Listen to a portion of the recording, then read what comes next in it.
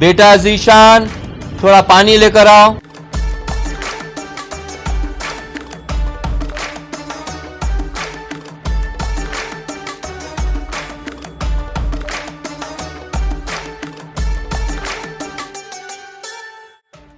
जीशान बेटा क्या खा रहे हैं? बेटा क्या खा रहे हैं एकदम? बेटा और एकदम एक में जो मजा है वो पूरों में। देख बेटा चांद, मैं तो रिटायर हो गया। जब तक तेरी माँ जिंदा थी मेरे पास तो टाइम नहीं था।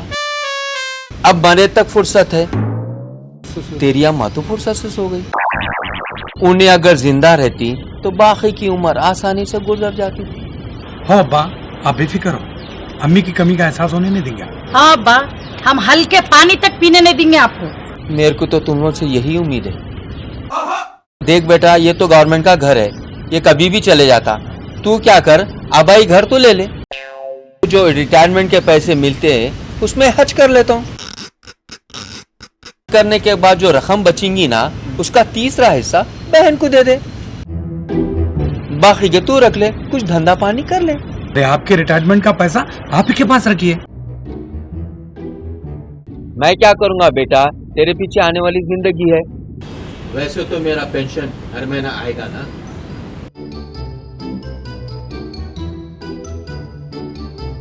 तकिए की कहानी शुरू हो गई।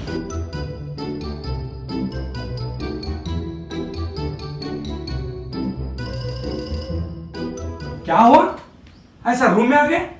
वाह, जिस घड़ी का इंतजार था वो ऐसा आएंगी सोची नहीं थी मैं। क्या हुआ जी? 25 लाख में से तुम्हारे अब्बा को 5-6 लाख रुपए चले आते हज को, तुम्हारे बहन 5-6 लाख लेते। अब बचाइस क्या जी? आधे पैसे तो यही खत्म हो गए। अरे बदर, नए रहने से रहना बेहतर है। 12-13 लाख कोई कम रकम नहीं होती। 25 लाख के सामने तो कमी होती ना। जिंदगी में जितने की उम्मीद रखे थे वो तो नहीं मिला। लंबे शोहर की उम्मीद करे थे वो भी छोटा मिला। जब से हर चीज आधी आधी हो गई। अब मेरी हाइट कई को की बीच में। खैर वो जाने दियो। अब जो तुम्हारे बहन के हिस्से में पैसा जो जा रहा ना, वो नहीं गए जैसा कोशिश करो। तुम कुछ ऐसा प्लान करो बाजी के हिस्से में पैसे नहीं जाना। बाजी तो नहीं लेंगे, मगर हमारा भाव नहीं तुम्हारे वैसा लालची है। क्या बोले? हाँ?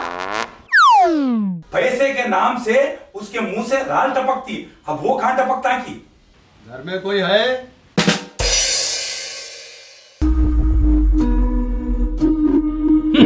शैतान का नाम लिए शैतान हाजिर है। अस्सलाम वालेकुम व रहमतुल्लाहि व बरकातहू अब्बाजान। वालेकुम सलाम। वालेकुम सलाम। वालेकुम।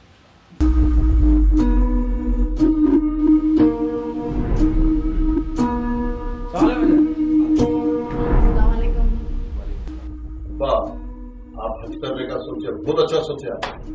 आपको कम से कम पैसों में A1 हज कराता हूँ, बस आप हज की तैयारी कर लो। ठीक है मियाँ, कोई भरोसे का ट्रैवल्स वाला है तो पैसे दियो। इंशाल्लाह कल आपके अकाउंट में पैसे आ गए, 12 लाख रुपए मेरे को दे दो आप। नहीं जुबर भाई, मैं भी धंधा करना चाह रहा हूँ। 25 लाख की जरूरत है मेरे को भी। मैं 12-13 लाख में एडजस्ट कर रहा हूँ। चांद पाशा, तुम तो जॉब करते, फिलौकत तुम्हारा पैसों की इतनी जरूरत नहीं है। नौकरी करो यार, धंधा करना तुम्हारे बस की बात नहीं है। हाँ? मैं बिजनेस में लगाता हूँ, उसका जो भी प्रॉफिट आता मैं तुम्हारे को दे देता हूँ। अरे आप जोर जबरदस्ती नहीं कर सकते, उन्हें जो चाहे वो कर सकता। देखो जुबेर मियाँ, चांद पाशा अपनी मर्जी से तुम्हारे बिजनेस में पैसे इन्वेस्ट कर रहा तो ठीक है, वरना मेरे को भी कोई हक नहीं है उसको राजी कराने के लिए। अब्बा, आप हज को जाने की तैयारी करिए, मैं आपकी पूरी कार्रवाई करता हूँ। 25% डिस्काउंट दिलाया करता हूँ। अरे आपा कर लेते हो सब, आप कहीं को दौड़ धूप करते। अरे हौले है क्या? अब औलाद के होते हुए अब्बा क्या ये उम्र में दौड़ धूप करेंगे? ईमानदारी से जो पैसे बचेंगे ना, आपके हाथ को लाके दे देता हूँ। अरे कैसी बात कर रहे तुम, जैसा चांद वैसे तुम। अब तुम ही मेरे को हज के लिए एयरपोर्ट पहुंचाएंगे। अब्बा, आप हज को जाने की तैयारी करिए, मैं आपकी पूरी कार्रवाई करता हूँ। चलो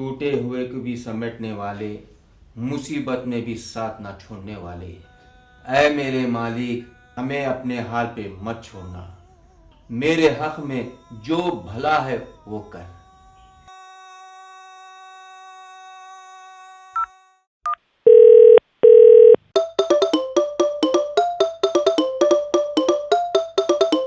सलाम अलैकुम लतीफ़ साहब, कैसे हैं आप?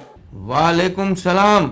अच्छा लतीफ़ साहब, आप जो हज के लिए एप्लीकेशन फॉर्म दाखिल करवाने वाले थे वो आप किसी से करवा रहे हैं या मैं करवा दूं? हज की कार्रवाई तो मेरे दामाद को दे दिया। अच्छी बात, ठीक है लतीफ़ साहब। और एक बात सुनिए आप, अब आपके दामाद को अगर जिम्मेदारी दी है तो उनको बोलो कि जल्द से जल्द फॉर्म दाखिल करवा दे, क्योंकि 2 साल से हज को तातिल रहने की वजह से एप्लीकेशन फॉर्म बहुत ज़्यादा आ गए, तो उस वजह से जो है ना कोटा कम है और दरख्वास्तें ज़्यादा होने की वजह से इस बार शायद लक्की ड्रा पे मामला तय होगा। कोई बात नहीं कासिम साहब, शुरू से हम अल्लाह पाक के भरोसे पे हैं। लेकिन मामला हज का है, आप जिम्मेदारी जिसको भी दे उनसे साफ साफ कह दे कि जो है पूरी जिम्मेदारी से ये हक अदा करे। चलिए अल्लाह हाफिज़, करता हूँ मैं फिर आप। अस्सलाम वालेकुम वरहमतुल्लाहि वालेकुम सलाम। वालेकुम सलाम, बैठिए अस्सलामुअलैकुम बाबा। वालेकुम सलाम, कैसे है बेटा? बस ठीक हूँ, आप कैसे? दवाई वगैरह ले रहे टाइम? हाँ अल्लाह पाक का करम, मैं बहुत अच्छा हूँ। बैठिए। भाईजान, इस पे जहाँ जहाँ टिक है वहाँ साइन कर दीजिए और आपके 2 एक पासपोर्ट साइज फोटोज दीजिए। ठीक है, दे दूंगा।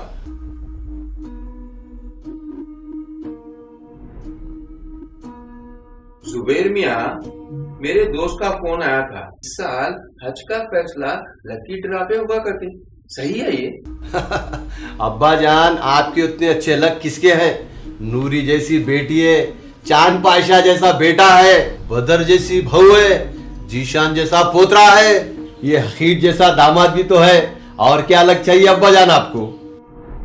ठीक है अब्बा, पेपर दीजिए, आप जाने की तैयारी करिए। इंशाल्लाह ताला अल्लाह ने चाहा तो बहुत जल्द आप चले जाएंगे। तो इजाज़त दीजिए, अल्लाह हाफ़िज़।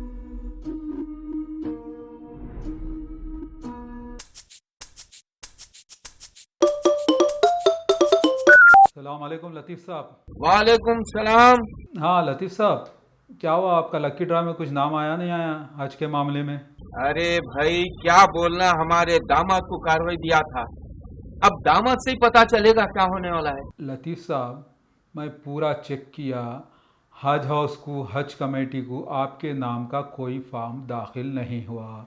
इसीलिए मैं आपको पहले ही बोल रहा था, जिसको भी ये जिम्मेदारी दे उस पर भरोसा हो तो दे। कि बड़े अफसोस की बात है कि आपका नाम जो है ना हज कमेटी को उसूल ही नहीं हुआ, आपका फॉर्म दाखिल ही नहीं हुआ। हाँ लतीफ़ साहब, एक तजुर्बे की बात बोलो मैं, खैर तजुर्बा तो आपका हमारी उम्र से ज़्यादा तजुर्बा तो आपको है, कि अल्लाह पे जो भरोसा और अल्लाह से जो मोहब्बत करना है ना, वो किसी बंदे से करेंगे ना तो वही बंदा आपका भरोसा तोड़ेगा और वही बंदा आपको रुस्वा करेगा, जलील करेगा। लिहाजा जो अल्लाह पे भरोसा और अल्लाह से जो मोहब्बत करनी है ना, वो किसी बंदे से नहीं की जाए, सिर्फ अल्लाह से की जाए। बहरहाल मेरे को बड़ा अफसोस है इस बात का कि जो है इस साल आपका हज नहीं हो सका। इंशाल्लाह दुआ करता हूँ आइंदा साल आपको अल्लाह हज नसीब करे और बाहयात रहे आप, आमीन।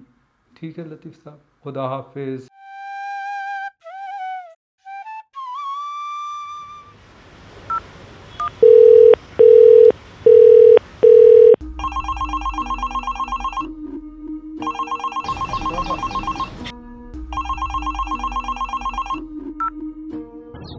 अस्सलाम वालेकुम वरहमतुल्लाहि वबरकातुहू अब्बा जान। वालेकुम सलाम। जुबैर मियाँ, हज के काफिलों की आखिरी तारीख आ गई, मेरा क्या हुआ अब तक?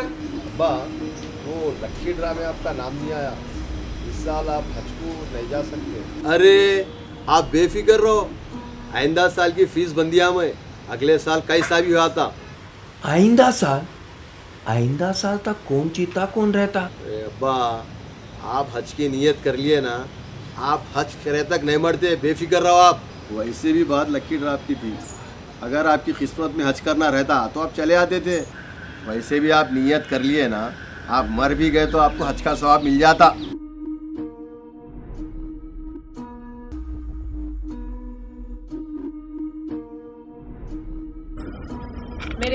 भरोसे का अच्छा कत्ल कर रहे हैं आप। हज का फॉर्म दाखिल ही नहीं करे और अब्बा को बोल रहे हैं हज उनकी किस्मत में नहीं है।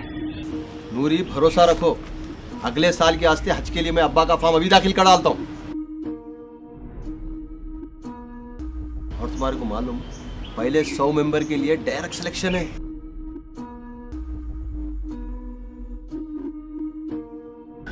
और ये लकी ड्रा का झंझट ही नहीं है।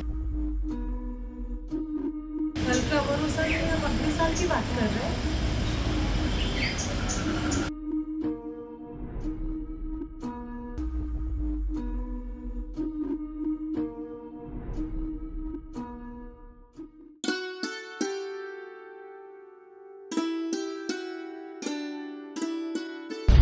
अस्सलाम वालेकुम अब्बा। अब्बा आपका फॉर्म ही दाखिल नहीं हुआ अब्बा।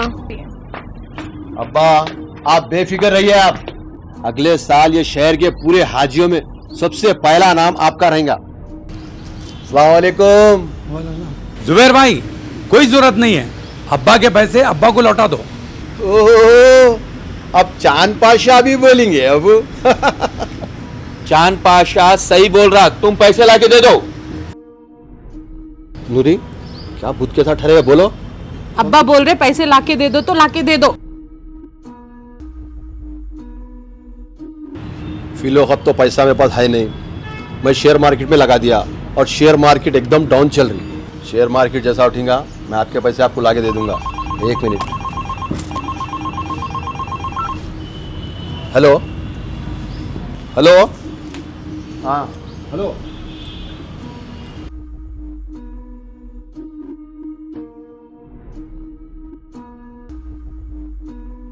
अब्बा, जुबैर भाईजान फॉर्म अगर दाखिल करते, लक्की ड्रॉ में आपका नाम नहीं आता तो और बात थी।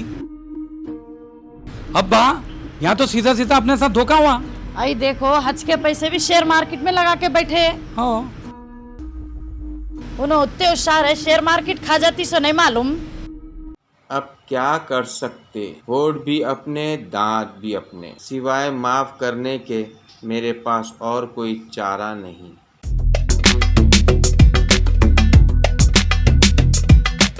अब्बा बकरीदारी हर साल की तरह आपके 2 बकरे वही लाता हूँ, ये साल कैसे भूल सकता हूँ मैं। अब तो अब्बा ही बकरा बन गए। हमारे चांद बादशाह घर में 12 लाख रुपए रखे, क्या करते रखे? बकरीदारी उसमें इन्वेस्ट करेंगे, 3 दिन में 3 लाख रुपए कमा सकते। सही में जुबैर भाईजान 3 दिन में 3 लाख रुपए आते हैं। अरे बदर 10 साल से देख रही हूँ आदमी को बकरों का कारोबार करते हैं, मेरे को तो कुछ भी फायदा नहीं दिखा। तुम्हारा कहाँ से देख रखे है? अरे जिस तरह औरत अपनी उम्र छुपाती, मर्द भी हमारी अपनी कमाई छुपाता। क्या जरूरी है सब बोलना बताना? अच्छा जुबैर भाईजान, नुकसान हुआ तो कितने का होगा? क्या नुकसान होता? अगर नुकसान हुआ भी तो अपने पैसे अपने वापस आ जाते।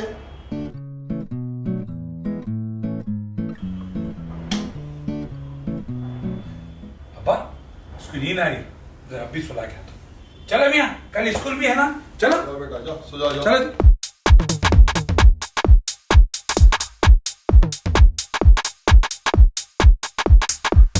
अब्बा, ये बकरों के धंधे के बारे में आप क्या बोलते हैं? कच्चा धंधा, लुच्चा धंधा। बकरे बच गए तो औने पौने बेचना पड़ता खसरों को। नहीं अब्बा, एक बात है, पैसे घर में रहे तो बढ़ते तो नहीं ना। धंधे के वास्ते रखे हुए है, धंधे में लगाएंगे। लगाओ, देखे भाग जाता उन्हें। बीवी पट्टी पड़ाई, अब तू बीवी के बात करेगा। सुने जी, अपने वहां से तो बड़े बड़े बकरे ले लेके आओ, पूरी बस्ती में किसी का नहीं रहना, जैसे अपन का नहीं रहना। पैसे बड़े बकरे होना मेरे को। सब बकरा होना बोले तो 1 लाख रुपए का बकरा मिलता जबरदस्त मिलता। बकरीद की इससे पहले घर के पास बड़े बड़े बकरे बड़े सिंग वाले रखे तो पूरे लोग पूछते किसके है किसके है किसके है। और सोचो आप, महल्ले के बच्चे कितना खुश होते हैं, लतीफ भाई के पास ऐसे बड़े बड़े बकरे आए बोल के। अरे अब्बा, अल्लाह के वास्ते दे रहे ना कुर्बानी, थोड़ा बड़ा जन्म लिए तो क्या होता। अब्बा आप बेफिक्र रहिए, पूरे खुलूस के साथ करेंगे कुर्बानी। अच्छा सुनो जी, आपके तुम बकरा ले लेके आते ना, आते वक्त उसके पैरों में घुंघरू और उसके सींगों में चांदी का वरख लग के रहना। देखो, बस्ती में बकरों को लेके फिरे तो बस्ती वाले जल जाना। बहू, जलाने की नीयत से कुर्बानी दिए तो कुर्बानी नहीं होती।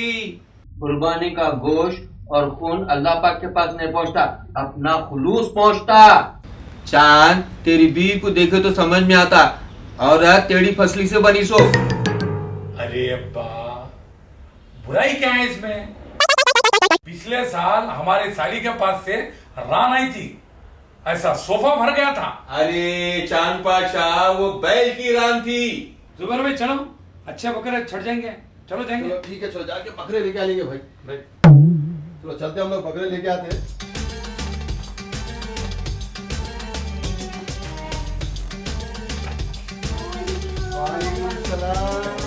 और निशान बाबा ईद मुबारक। खैरियत बेटे?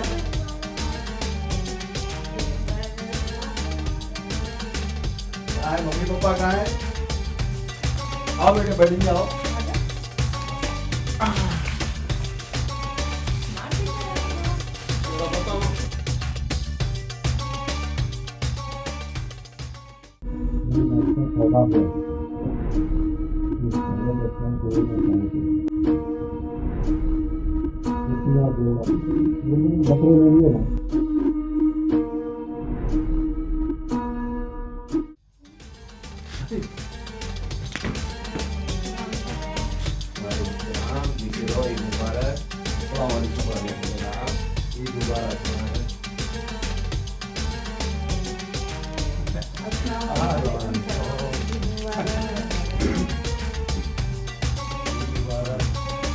अरे क्या नहीं, आप door बंद, हाँ खुला है, चलो।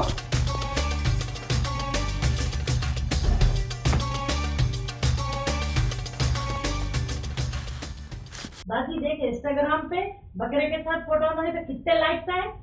ऐसा नहीं आते, 1,50,000 में 2 बकरे आए, और जावेद भाई तो बोले वो सस्ते में मिले चांद पाशा बकरे, बोले उन्होंने भी 1.5 लाख में 2 बकरे लिए, छोटे खर्चे।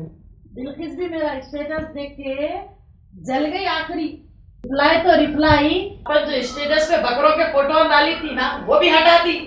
हटा लेंगी, अपने बकरों के वैसे बकरे पूरे बस्ती में रहते, पूरे चूजों में से थे, चूजे। बंद करो फालतू की बहस।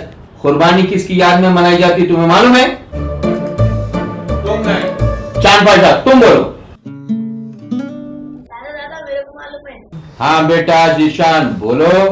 हजरत इब्राहिम खलीलुल्लाह ख्वाब में देखे वो अपने बेटे को ज़िबा कर रहे हैं। अल्लाह के हुक्म को मान के अपने बेटे को कुर्बान कर दिया, लेकिन अल्लाह ने उसी वक्त बकरे को भेज दिया। उन्हीं की याद में कुर्बानी दी जाती है। हज और कुर्बानी हजरत इब्राहिम, हजरत इस्माइल और बीबी हाजरा के उनकी अमल की नकल का नाम है। वो लोग अल्लाह पाक के लिए जो जो करे हैं उसी का नाम कुर्बानी और हज है। बेटा, जब हजरत इब्राहिम ने हजरत इस्माइल के गले पे जब खंजर चलाया, बेटा उन्हें तो मालूम ही नहीं था कि दुम्बा आ गया। वो तो बेटे ही के गले पे खंजर चलाए थे। जब आंखों से पट्टी खुली, देखा हजरत इस्माइल मुस्कुराते हुए खड़े हुए और उनकी जगह बकरा जुबा हो गया। और हमारे पास दिखावा, सबसे बड़ा बकरा हो, लोग देखे, जले, हसद करे, ये क्या है? ये सब अपनी पसंद, अपनी मोहब्बत, अपनी अना, ये सब अल्लाह पाक के लिए कुर्बान कर दें। बेशक अब्बा, आप हमारे आंखें खोल दिए। कुर्बानी के इस मकसद को हम कभी नहीं भूलेंगे।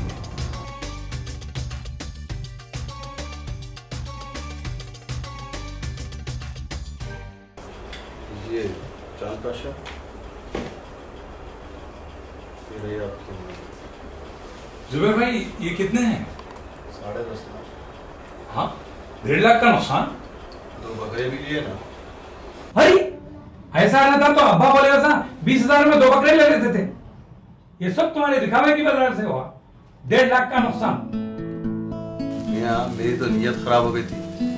अब्बा की बातें सुनकर मेरा ज़मीर जाग गया और ये पैसे दे रहा हूँ मैं आपको। रहे वो बकरों के 1.5 लाख रुपए, वो भी मैं आपको कल लाके पहुंचा आता हूँ।